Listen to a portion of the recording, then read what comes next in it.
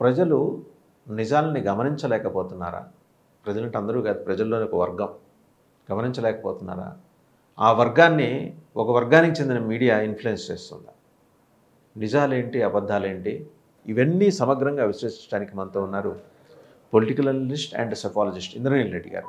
నమస్తే ఇంద్రనీల్ రెడ్డి గారు. నమస్తే సార్. సార్, ఇప్పుడు కొన్ని ఎగ్జాంపుల్స్ తీసుకుందాము. ఇప్పుడు గవర్నమెంట్ ఎంప్లాయీస్ని తీసుకోండి సార్. అందరిలోకి ఎడ్యుకేషన్ లెవెల్స్ పెరిగిపోయినాయి, వాళ్ళకి విఘ్నత ఉండిద్ది, విచక్షణ ఉంటుంది, ఆలోచించుకొని అన్నీ తెలుసుకొని వాళ్ళు ఓటేస్తారు అనే స్థాయిలో మనం ఆలోచిస్తే అందరిలోకి ద మెరిట్ ఎవరంటే గవర్నమెంట్ ఎంప్లాయీస్. అలాంటి గవర్నమెంట్ ఎంప్లాయీసే మీకు రాగానే పిఆర్సీ ఇస్తాను, మీకు ఓల్డ్ పెన్షన్ సిస్టమ్ ఇస్తాను అని చెబితే నమ్మి ప్రలోభపడిపోయారు. సో సామాన్య ప్రజల పరిస్థితి ఎలా ఉంటుంది? మీరు ఒక చిన్న ఎగ్జాంపుల్గా నేను చెప్తున్నా. గవర్నమెంట్ ఎంప్లాయీస్కి ఈ రోజున ఉన్న బకాయిలు దగ్గర 36,000 కోట్ల దరిదాపు చేరిపోయినాయి. వాళ్ళకి పిఆర్సీ ఇవ్వాల్సిన గడువు దగ్గర 2 సంవత్సరాలు దాటిపోయింది. ఒకప్పుడు జీపీఎస్ అని తీసుకొస్తే జీపీఎస్ వద్దు, మీకు రాగానే ఓపీఎస్ ఇస్తా అని చెప్పారు. 2 సంవత్సరాలు అయిపోయింది, ఓపీఎస్ ఇవ్వలేదు. అంటే ఎలా ప్రలోభ పెడుతున్నారు? సరే, ప్రలోభ పెడతాం, రాజకీయ పార్టీ అనేది ప్రలోభ పెట్టడం అనేది వాళ్ళు గెలవడం కోసం వాళ్ళు చేస్తారనుకుందాం. కాకపోతే ఒక ఓటర్గా ఎడ్యుకేషన్ లెవెల్స్ ఉండి మనకు అంత విఘ్నత, విచక్షణ ఏమవుతున్నాయి? మనం నిజం తెలుసుకోలేకపోతున్నామా? నిజాలని అంటే అంత క్లియర్గా చెప్పిన తర్వాత కూడా ఎందుకు చూసి కూడా అర్థం చేసుకోలేకపోతున్నారు అనేది చాలా పెద్ద ప్రశ్న. మీకు వైజాగ్ సమ్మిట్ తీసుకోండి ఒక ఎగ్జాంపుల్ కింద. వైజాగ్ సమ్మిట్లో దగ్గర 13 లక్షల కోట్ల పెట్టుబడులకు ఎంఓయూలు అయినాయి. కేవలం రెన్యూబుల్ ఎనర్జీలోనే 8 లక్షల కోట్ల పైచిలకు అగ్రిమెంట్స్ అయినాయి, ఎంఓయూస్. అయితే ఆ రోజున ఏమని ప్రచారం చేశారు? ఇదంతా బోగస్, అసలు వైజాగ్ సమ్మిట్ త్రూ ఏమీ రాలేదు, అసలు ఈ రాష్ట్రానికి ఏమీ జరగట్లేదు, కేవలం ఎలక్షన్స్ ఉన్నాయి కాబట్టి జగన్మోహన్ రెడ్డి గారు ఈ విధంగా చేస్తున్నారని దారుణంగా మభ్యపెట్టారు జనాల్ని. అయితే ఆ రోజున వైజాగ్ సమ్మిట్లో ఏదైతే ఎంఓయూలు జరిగినాయో ఏ ఒక్క ఎంఓయూ అయినా ఈరోజు ప్రాసెసింగ్లో ఉందా లేదా మీరు చెక్ చేసుకోండి. ప్రతి కంపెనీ కూడా ప్రోగ్రెసివ్గా ఈ రోజున ఆంధ్రప్రదేశ్లో వర్క్ నడుస్తుంది.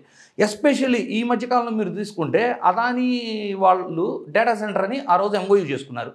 ఈ రోజున గూగుల్ వచ్చింది, మేము ఈ 13 నెలల్లో మా కష్టంతో మేము తీసుకొచ్చామని ప్రచారం చేశారు. కానివ్వండి, అది అదానీ వాళ్ళు 87,000 కోట్ల పెట్టుబడి వాళ్ళు పెడుతున్నారు. వీళ్ళకి కూడా తెలుసు కదా, వీళ్ళు కూడా కొన్ని జీవోలు, వాళ్ళకి కావాల్సిన ల్యాండ్ అలాట్మెంట్ చేయండి అది ఇదని వీళ్ళ ప్రభుత్వం వచ్చిన తర్వాత కూడా చెప్పారు.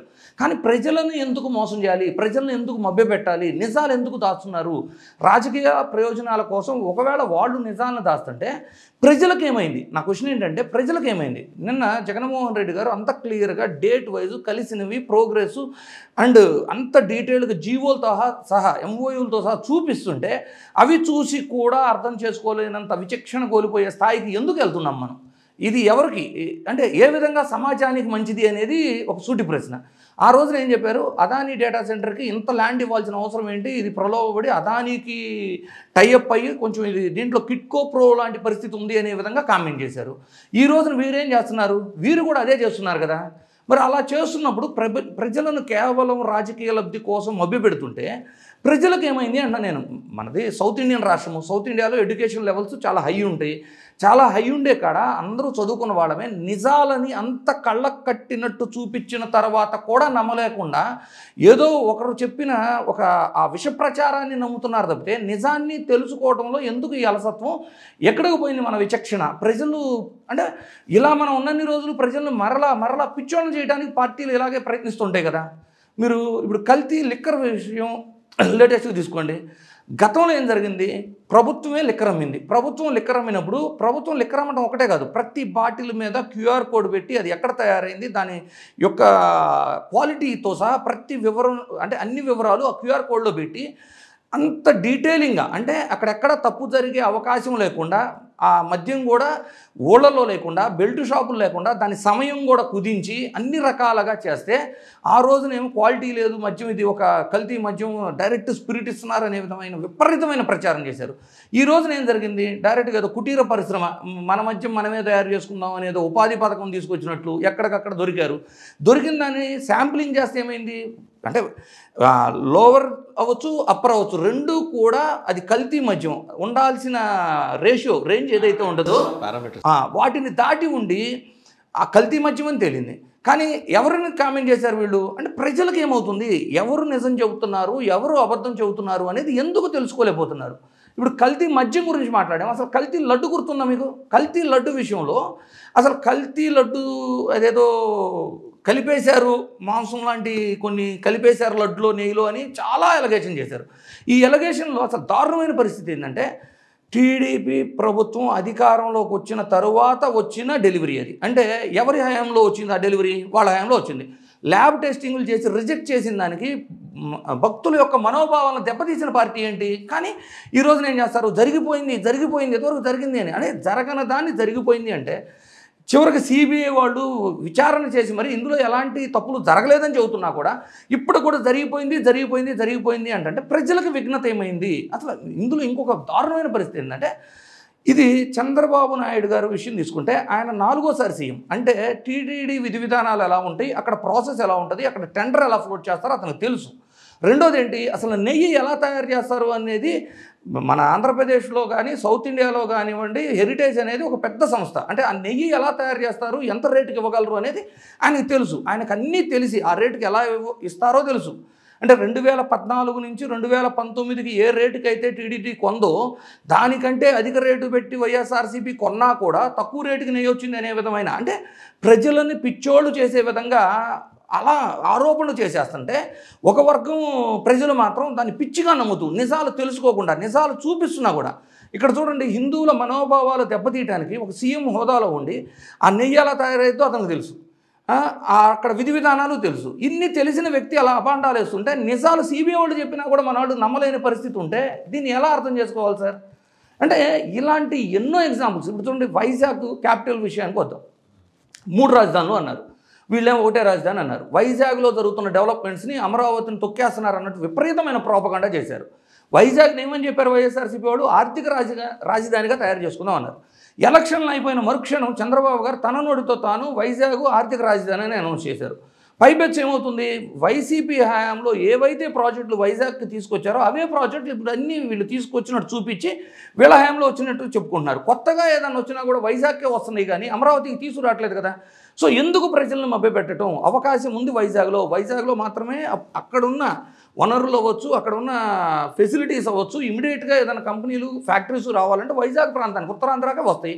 అది వారికి కూడా తెలుసు. వారికి తెలిసి కూడా కేవలం రాజకీయం కోసం ప్రజలను మభ్యపెట్టే విధంగా ఈ విధమైన విధానాలు అనుసరిస్తుంటే గుడ్డిగా ప్రజలు ఏ స్థాయికి వెళ్ళిపోతున్నారు అంటే అసలు ఏంటి నిజమనే తెలుసుకునే విచక్షణ కోల్పోయి గుడ్డిగా ప్రలోభపడుతుంటే మళ్ళీ ఇలాంటి ఇన్సిడెంట్స్ జరుగుతూనే ఉంటాయి కదా. అన్నిటికంటే ప్రధానం అసలు మరీ దారుణం ఏంటంటే ఋషికొండలో కట్టిన కట్టడాల సంగతి తీసుకోండి.